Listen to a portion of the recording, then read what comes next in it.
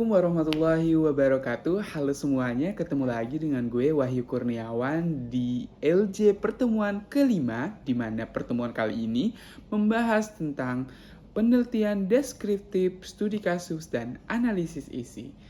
Oke teman-teman, di Learning Journal kelima ini kita melakukan pertemuan secara daring di mana karena kita akan menyambut bulan suci Ramadan. Jadi sebelum itu saya ingin mengucapkan minal aidin wal faidin, mohon maaf lahir dan batin untuk semuanya. Baiklah teman-teman, di sini saya akan membahas mengenai penelitian deskriptif, studi kasus, dan analisis isi. Di mana penelitian deskriptif ini adalah penggambaran yang dirancang oleh untuk memperoleh informasi, di mana kita untuk memperoleh informasi tentang status ataupun gejala ataupun situasi yang mengenai populasi daerah tertentu seperti itu. Nah, biasanya penelitian deskriptif ini memaparkan apa adanya tanpa dibuat-buat. Nah, dalam ruang lingkup dari penelitian deskriptif ini, teman-teman, itu tergolong sebagai metode seperti studi kasus, survei, ataupun studi perkembangan, dan masih banyak lagi. Nah, ada karakteristik yang dimiliki oleh penelitian deskriptif ini, di mana dia itu harus memusatkan perhatiannya dan penyelidikannya pada pemecahan masalah aktual ataupun masalah yang dihadapi pada masa sekarang. Nah, selain itu juga data yang telah dikumpulkan itu harus disusun dan juga dijelaskan. Kemudian dianalisis dengan menggunakan teknik analitik. Nah, selanjutnya harus menjelaskan setiap langkah penelitian secara rinci. Selain itu juga, selain menjelaskan setiap langkahnya, juga harus menjelaskan prosedur dari pengumpulan datanya. Dan yang terakhir, kita harus memberikan alasan yang kuat mengapa penelitian ini menggunakan teknik tertentu dan juga bukan menggunakan teknik yang lainnya.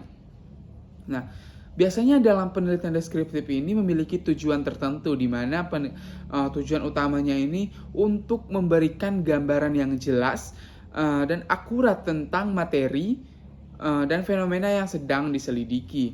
Nah, biasanya ya, ada kelebihan dan juga kekurangan dalam penelitian deskriptif maupun penelitian yang lainnya. Tapi kelebihan dari penelitian deskriptif ini itu biasanya itu tuh karena relatif mudah untuk dilakukan.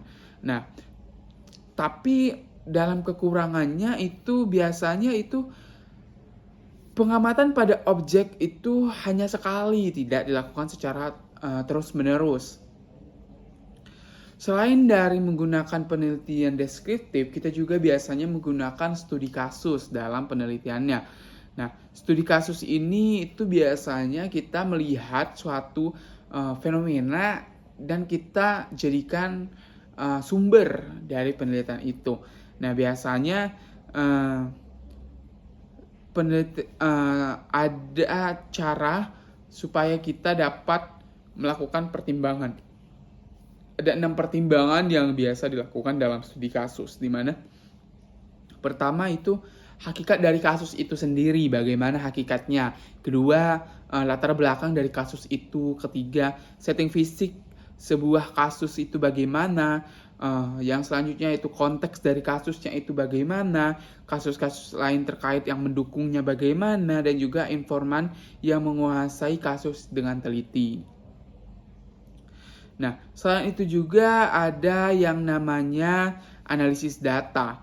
Nah, analisis data sendiri itu kita harus melakukan menganalisis data yang ada, di mana itu biasanya penelitian ilmiah ini ditujukan untuk mengetahui gambaran karakteristiknya untuk mengidentifikasi secara sistematis isi dari komunikasi yang tampak manifestasi dan dilakukan secara objektif, valid, dan variabelnya tidak terganggu.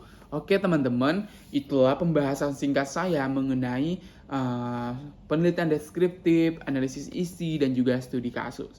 Semoga pemaparan singkat ini bisa menambahkan wawasan terbaru untuk kita semua. Baiklah, ketemu lagi di Learning Journal selanjutnya. Saya Wahyu Kurniawan, bye-bye.